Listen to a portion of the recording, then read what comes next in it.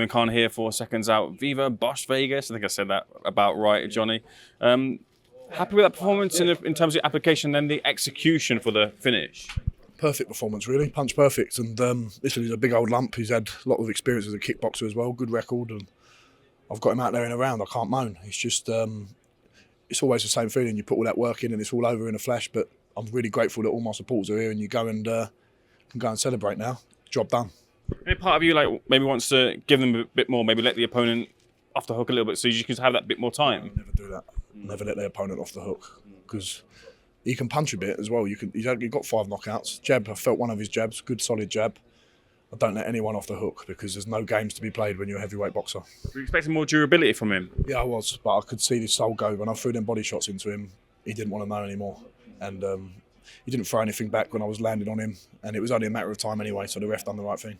Looking to throw to the body to set up the finish there. Is that something you've been working on particularly? Yeah, I've been working on the right left to the body and then finishing it with a hook. The plan was to use the left hook, but a bit too early. He weren't really coming in too close, so I wanted to throw that short left hook. So if I smothered my work a little bit or came a bit close, I could have got it off, but the opportunity didn't arise, but the body shots were the thing that got me the win there. Did that faster than what David Adelaide did. Was that ever a target to beat what someone else has done? No. Never. I honestly mean that. I don't care how long it takes because I said on the broadcast out there, the different Dmytro Bezus would turn up to the one that fought Adelaide, and it's a different time. It's 6 months down the line. It's a year down the line. Everything's different. So you can only judge by what you've done. Adelaide had a camp where he probably didn't have a cut, and I got cut in this camp. There's all different variables, and I'm not in the business of comparing myself to others. I've got a great career. I've got fantastic support, and in a good spot. It's what the public will look at. Yeah. The public would. It's what the public would look at. Yeah. Well, I can't hear what you say. I didn't hear. It's what the public will look at in terms of you fighting business. Yeah, definitely. That could be a fight down the line. There's many fights to be made down the line, and we're all going to eventually fight. As long as we get remunerated properly for it, we'll put on a hell of a show. Maybe on the Queensbury match from Queensbury 5 versus 5. Just talking about that cut there, we can see just the effects of it. How is it dealing with that cut, and how I imagine quite annoying it is to get that cut in camp? It is annoying. I've spent like 3.5 weeks, 4 weeks not sparring. I sparred Michael Hunter, which is great sparring for me. And the end, like the last minute of the round, just got cut, and it was a big, deep one. I had 6 stitches in it, and I was worried that the stitches weren't going to come out in time if the commission saw it, what they would say. So I just had to stop sparring because if that gets caught again, I've done a little bit of training for the week. Like I had about a week off in the training camp as well, but it is what it is, and these are all trials and tribulations of being a professional boxer, I guess. The first cut of your career? No, I got cut in the 5th fight of at Ali Pali in the first round. So I've got experience with the cut, and I knew if it came open in a fight, it's not going to bother me. It's on my nose. It ain't a problem, but it just affects your preparation.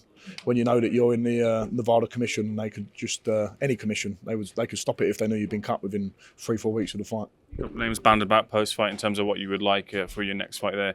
The likes of Steve Robinson, Dave Allen's always kind of been in and out of the mix there. Are those names on your list? No one's on my list, and no one's not on my list. I'm the one who's got the party. If people want to come and join, bring something to the table, and we'll have a good go. Have you got the next fight planned, or at least the target date for that? We said about, I don't know what the date is, but said about headlining in London. That was what I spoke to Eddie about at the Albert Hall. That'd be great. The first thing on my mind now after that grueling camp in Vegas is just getting a bit of Chinese, not worrying about the next fight, and get a little holiday in, recuperate, because it's different. When you're training over here, the food's different. The sleeping in the hotel is different. There's different things. Like even last night, I had people, Friday night, people walking up and down the MGM Grand, and you're like, disturbing my sleep a little bit. I want to just recuperate, get back to England. I've missed England, and I'm excited to be back and fighting in London. Royal Albert Hall sounds a good venue, but so does Ali Pali. Yeah, Ali Pali was great. I've been there before, and that was great atmosphere. Bit weird where everyone was on the same level, like there was no stands. But the Albert Hall is a historic venue. It looks like a coliseum. That'd be fantastic if we could fight there. I know that you've been asked as well. You're disappointed hearing the news that Fury Uysk was off. It's now been rescheduled though for May 18th. Good to get that on. Yeah, definitely, really good. And listen, these things happen. I just told you I got cut in the camp. These things can happen, and I'm hoping it gives Fury a little bit more time to prepare now, and I'll be backing him for the win against Uysk. Just so you can relate slightly with the cut that you had coming into this fight, do you feel that Tyson Fury might feel that Uysk will see that as a target and maybe look to change his game to make sure his cut, like you maybe did, to make sure your cut isn't targeted? I didn't care about the cut. You know, like once the fight comes, you can't think about, oh, this hurts or that hurts. You get niggles and you just get on with it. You know, but it might be something Usyk might try to target. I remember when Lennox Lewis fought Vladimir Klitschko, Vitaly Klitschko. He kept rubbing on the top of Klitschko's eye when it came open, so that could be something he'll be trying to target as well.